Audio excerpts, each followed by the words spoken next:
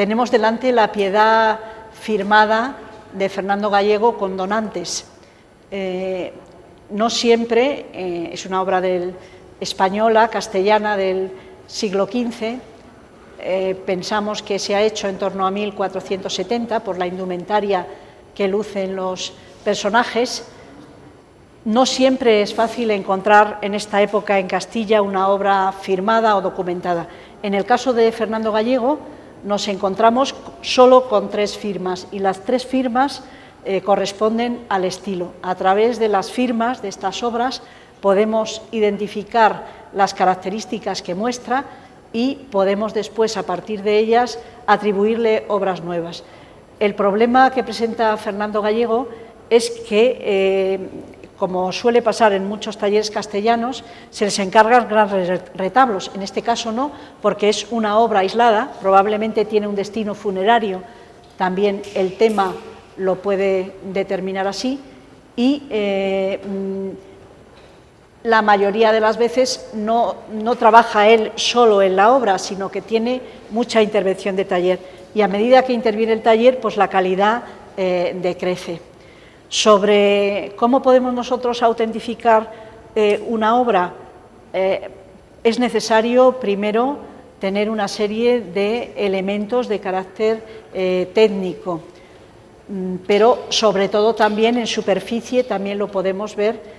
a nivel estilístico. En el caso de las pinturas españolas no tenemos demasiado problema, porque las pinturas no suelen falsificarse, pero en el caso de las pinturas flamencas nos podemos encontrar con pinturas de este momento que han sido falsificadas, y entonces es necesario tener pues una serie de análisis técnicos. Aquí simplemente los análisis técnicos nos ayudan a conocer el estilo y a determinar cómo ha sido el proceso de ejecución de la obra. Cuando compramos nosotros una obra de esta, por ejemplo, para el Museo del Prado, esta obra se compró en el año 1958, pues primero tenemos que saber que es una obra del maestro. Los historiadores de arte o los conservadores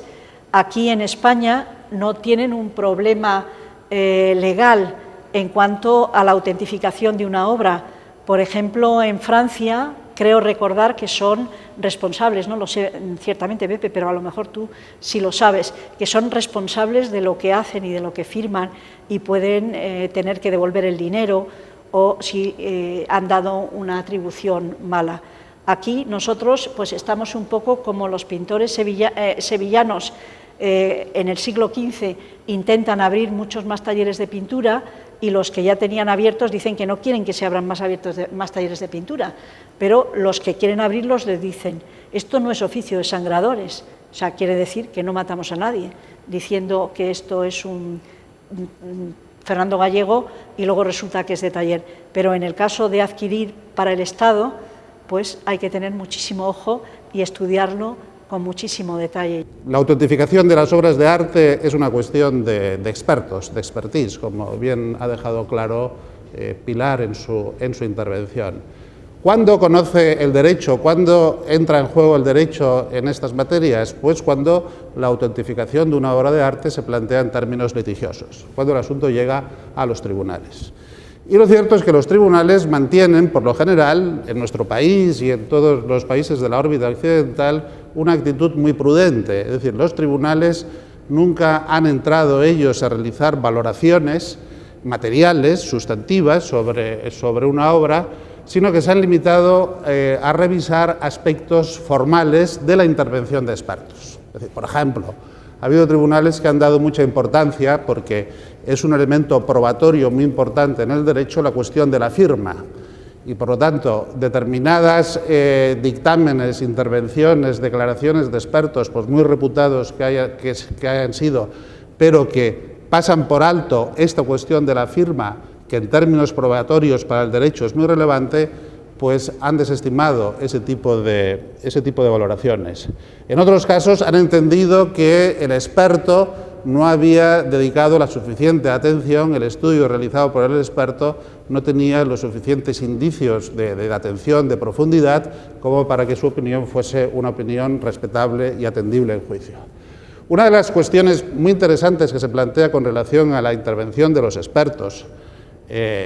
respecto a la autoría de obras de arte, la atribución a determinados artistas, es la extraordinaria importancia que tienen estas declaraciones. De tal forma que en muchos casos se da el supuesto de que muchos expertos son renuentes a hacer manifestaciones y en otros casos se dan con cierta frecuencia demandas contra expertos. Es decir, porque un experto declaró que la obra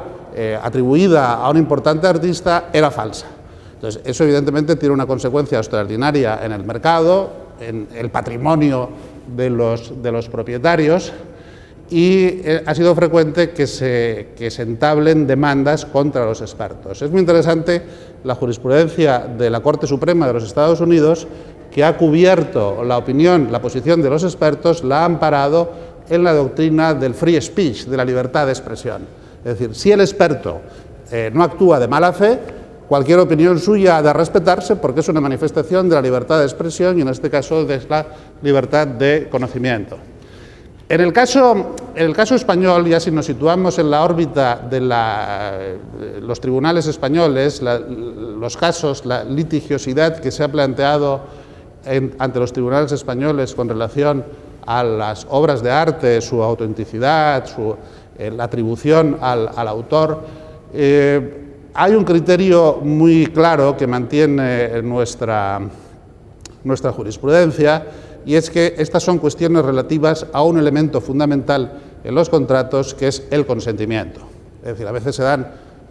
compraventas de obras de arte en las cuales se vende una obra y el adquirente piensa que esa es una obra de Murillo o de Sorolla. Estoy refiriéndome a dos casos y a dos sentencias conocidas de artistas muy bien representados en este museo,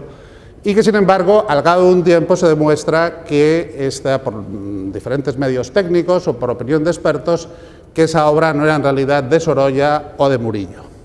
Entonces, en este caso, los adquirentes demandan a quien les vendió la obra. El Tribunal Supremo, el criterio que mantiene es que, en principio, se ha de proteger al adquirente, pero el adquirente lo que no puede alegar, que es lo que en definitiva está alegando en estos casos, es el vicio de error, el vicio en el consentimiento, si el propio adquirente no ha realizado un mínimo de actuación destinada a indagar, a verificar que efectivamente ese cuadro que él adquiere y que se le venden como un cuadro de Murillo, efectivamente es de Murillo. Es decir, alguna gestión tiene que realizar, algún informe de un experto por él contratado, alguna cautela tiene que tomar, porque lo que no puede hacer después, porque sería contrario a la seguridad jurídica y a la seguridad en el tráfico, es que al cabo de 4, 5, 6, 7 años, él, según el Tribunal Supremo, pues invocase un error que él no hizo nada, cuando no hubo por su parte ninguna actuación para eliminar ese posible error. Se han dado la única manera, en realidad, que según toda esta jurisprudencia, la única manera a través de la cual, la única fórmula en virtud de la cual un adquirente puede tener la plena seguridad de que la obra, no ya tanto de que la obra es del pintor al cual se le atribuye inicialmente, sino de que tiene una cobertura patrimonial, es si el que se la vende, el enajenante, garantiza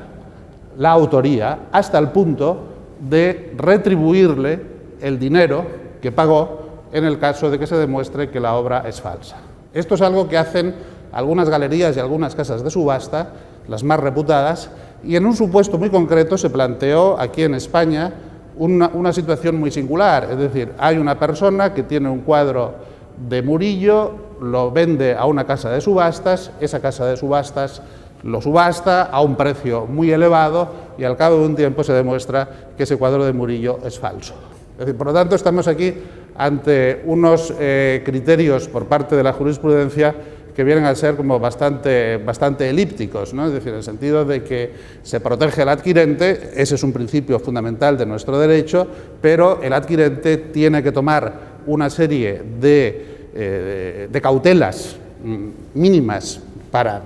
asegurarse de que esa obra es del pintor al cual inicialmente se le atribuye y eso es lo que justifica el precio del cuadro, y esa garantía en la práctica, digamos, en términos, digamos, si vamos a criterios ya puramente prácticos, esa garantía solo se obtiene o bien si está específicamente establecida en el contrato, es decir, que el vendedor responde específicamente de que ese cuadro es de Sorolla o ese cuadro es de Murillo, y en el caso de que se acredite que no lo es, le reintegraría el dinero pagado por él, o en el caso sobre todo de lo que son casas de subasta, galerías reputadas, que ya incluyen, digamos, en sus transacciones este tipo de garantías.